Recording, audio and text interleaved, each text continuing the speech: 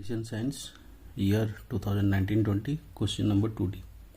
So in a partially destroyed record of an analysis of correlation data, the following results only are eligible, or that is variance of x is given 9, और दो regression equation दिया हुआ है, that is 8x minus 10y plus 66 equals to 0.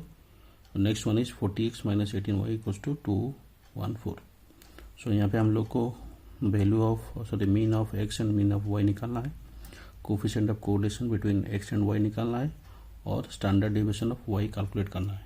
सो आइए इसको solve करते हैं. पहले इक्वेशन लिख लेंगे, दैट इज 80 और 8x minus 10y plus 66 equals to 0. So ये हो गया equation 1. The next is 40x minus 18y, ये हो जाएगा 214. ये क्वेश्चन 2 दिया हुआ है. सो उसको हल्का से चेंज कर लेते हैं. इस इक्वेशन को दोबारा लिखते हैं, 8x minus 10y equals to minus 66. ये क्वेश्चन 1 है. और 40x minus 8y equals to 214. ये क्वेश्चन 2 है. सो इक्वेशन 1 में हम लोग 5 मल्टीप्लाई करेंगे. सो ये इक्वेशन हो जाएगा, that is 40x minus 50y that equals to minus 330. Equation 1 में हम लोग 5 मल्टीप्लाई किए. सो सेकंड इक्वेशन हो जाएगा 40x minus 18y that equals to 214. So दोनों इक्वेशन को माइनस करेंगे. सो ये हो जाएगा minus 32y equals to minus 544. That implies y equals to minus 544 divide by minus 32 that equals to 17. So ये जो वैल्यू है हम लोग इक्वेशन 1 में पुट करेंगे, that is 8x minus 10y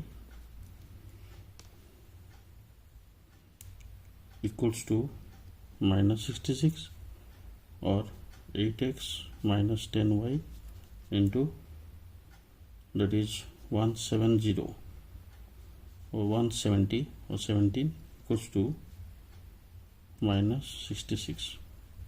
सो इसको हम सिंप्लीफाई करेंगे, दिस इज 104 डिवाइड बाई 8 और x इक्वल्स टू 13. सो यहाँ पे हम लोग लिख लेंगे, सो मीन ऑफ x और x bar equals to 13, mean of y और y bar equals to 17. So ये मीन का आंसर हो गया.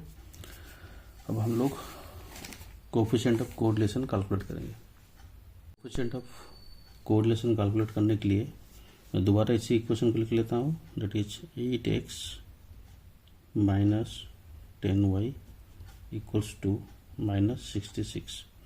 So here minus 10y equals to minus 66 minus 8x. So y equals to, that is 66 or 66 divided by 10 plus 8 divided by 10x.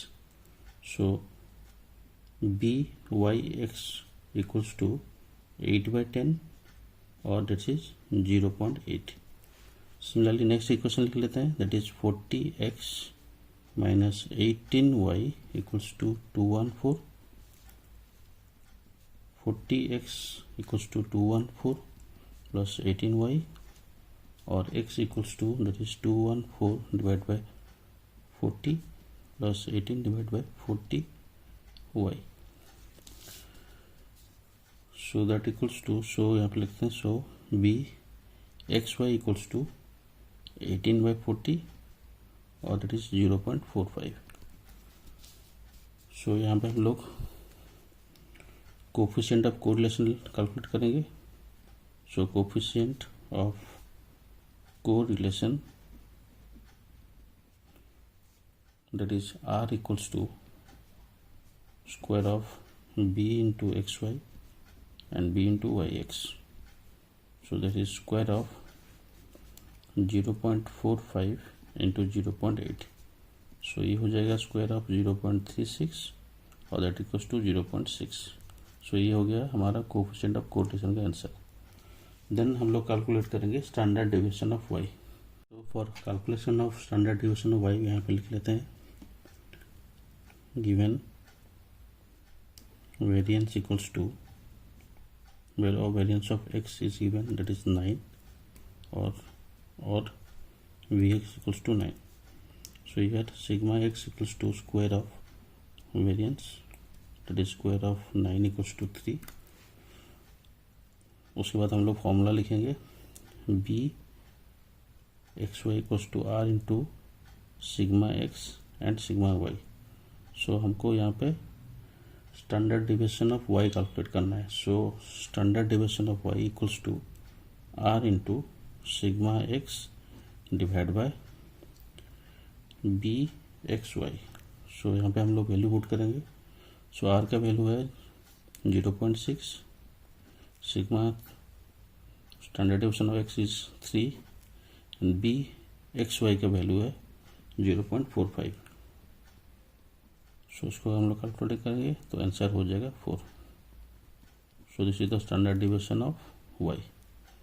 So thank you for watching this video. Kindly like, share and subscribe these channels. Thank you.